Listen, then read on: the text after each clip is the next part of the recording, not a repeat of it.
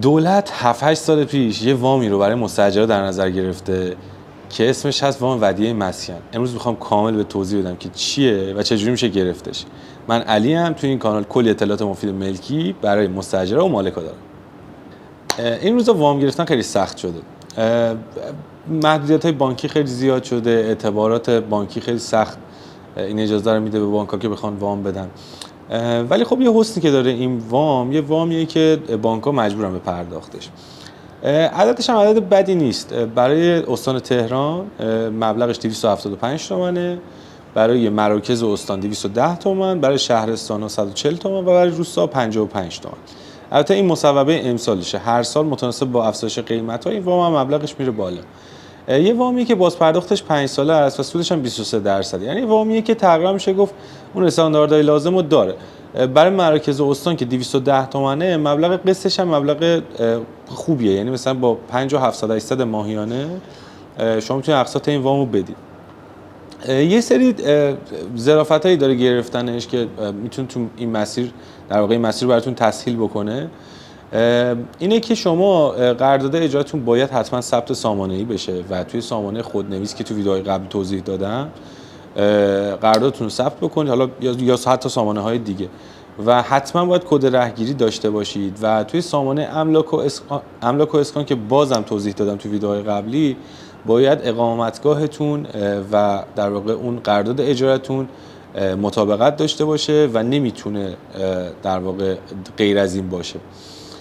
وقتی که شما طبق قراردادتون و طبق اون اقامتگاهتون تو سامانه املاک و اسکان در واقع اقامتگاهتون تعریف شده باشه و قراردادتون طبق اون اصول قانونیش انجام شده باشه، میتونید درخواست این وامو بدید. حالا برای نفرات مختلف، برای افراد مختلف یه سری شرایطی هم گذاشتم. مثلا برای سرپرستای خانوار، در واقع برای آقایون سرپرست خانوار این که این قضیه اوکیه، میتونن انجامش بدن.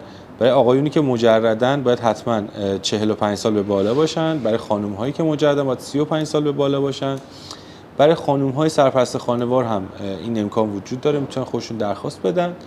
یه سری محدودیت‌های دیگه هم داره که حالا رتبه اعتباریتون باید خوب باشه، یعنی باید قابل قبول باشه از نظر سیستم بانکی، و یه سری حالا جزئیات دیگه که میتونم تو کپشنم، یعنی تو دسکریپشن هم بنویسم. برای اینکه وقتمون رو از بین نبریم، بریم سراغ نحوه دریافت این وام. برای دریافت این وام شما باید توی سامانه املاک امرو درخواستتون رو ثبت کنید. حالا سامانه املاک امرو یه سامانه‌ایه که شما درخواست‌ها، یعنی میتونید با پنجره دولت من واردش بشید، یه سری درخواست‌هایی رو میتونید در واقع، یا یه سری خدمات و تسهیلاتی که دولت بهتون میده میتونید اونجا دریافت بکنید. مثلا زمین رایگانی که میدادن یا حالا هنوزم میدن. این وام هم یکی از اون در واقع خدماتیه که دولت به شما میده. میتونید وارد اون سامانه بشید، از اونجا درخواستتون ثبت بکنید و وقتی که درخواستتون ثبت میکنید از شما اون شماره رهگیری، کد رهگیری قرارداد رو میخواد.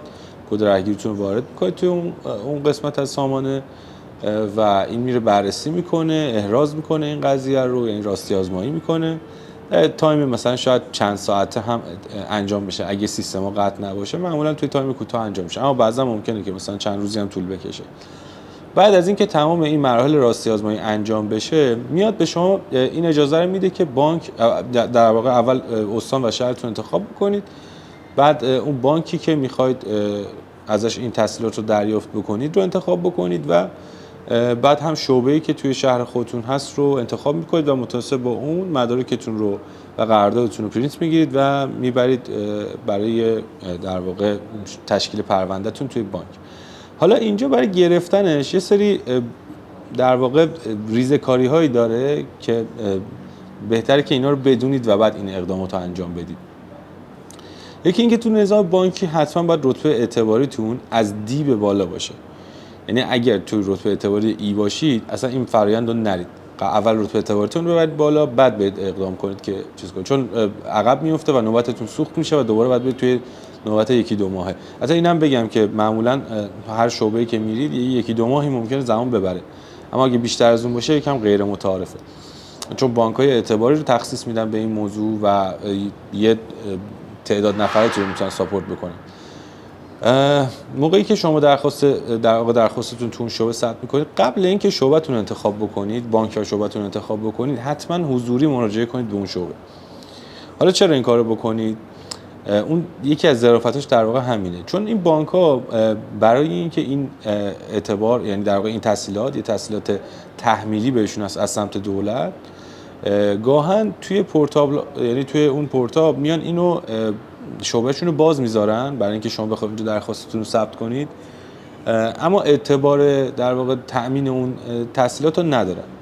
بنابراین شما میرید توی صف طولانی که اصلا معلوم نیست کی نوبتت میشه، معلوم نیست کی قراره که این اعتبار تخصیص داده بشه و هزار و دیگه.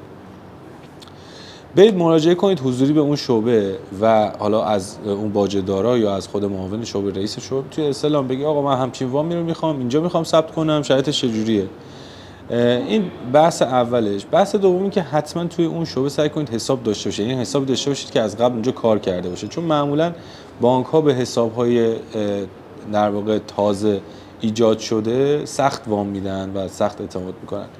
موضوع بعدی، ضامناتون رو از همون اول آماده بکنید. متناسب با مبالغ وام، حالا هر شعبه ممکنه که جزئیات خاصی رو مد نظرش داشته باشه به عنوان ضمانت. ممکنه یه شعبه با یک سفته در واقع دیجیتال هم ضمانت رو بپذیره، ممکنه شعبه 4 تا هم ضامن کارمند ازتون بخواد. این هم یکی دیگه از در واقع محاسنیه که شما اگه مراجعه کنید به شعبه و مبلغ وامتون رو بگید، خود شعبهتون راهنمایی میکنه. مثلا میگه آقا یه دونه ضامن کارمند باید داشته باشی، یه دونه ضامن مثلا چه بازاری، یا یه دونه سفت دیجیتال باید پیش ما بذاری، یا یه دونه چک صیادی باید بذاری. چک صیادی هم حالا جلوتر توضیح میدم، حتما باید داشته باشید. اینجوری دیگه ضامنینتون انگار آماده میشن برای این کار و موقعی که شما نوبتتون میشه برای دریافت این تسهیلات، یعنی احتمال اینکه نوبتتون رد بشه میاد پایین. چون میگم یه تسهیلات تحمیلیه و بانک‌ها خیلی رمق و تمایلی به دادن این تسهیلات ندارن و دنبال بهونه‌هایی هم برای ندادنش. که البته اینم یه سامانه‌ای هست میتونید توش ثبت شکایت بکنید برای شعبه‌هایی که این وامو در واقع از پرداخت این وام امتناع میکنه.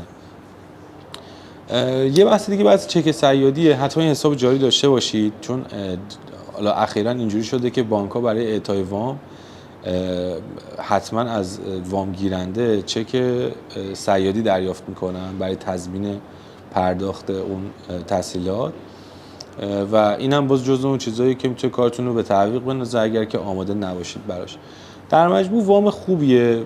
حالا اگر مستاجر هستید که واقعا میتونید بگیرید. حالا خیلی ها میان سوری قرارداد اجاره میبندن، این تسهیلات رو دریافت میکنن. حالا خیلی کار درستی نیست، اما خب چون واقعا شرایط دریافت وام و تسهیلات سخت شده، این فرآیند رو دیگه حالا انجام میدن خیلیا.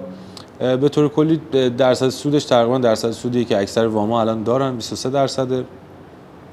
باز پرداختش دوره مناسبیه، تقریبا 5 سال حدود 60 ماه میشه و منطقیه، یعنی چون دوره باز پرداختش طولانیه. حالا درسته باید پول بیشتری پرداخت بکنید در انتها، ولی خب فرصت برای پرداخت این بنزه کافی دارید.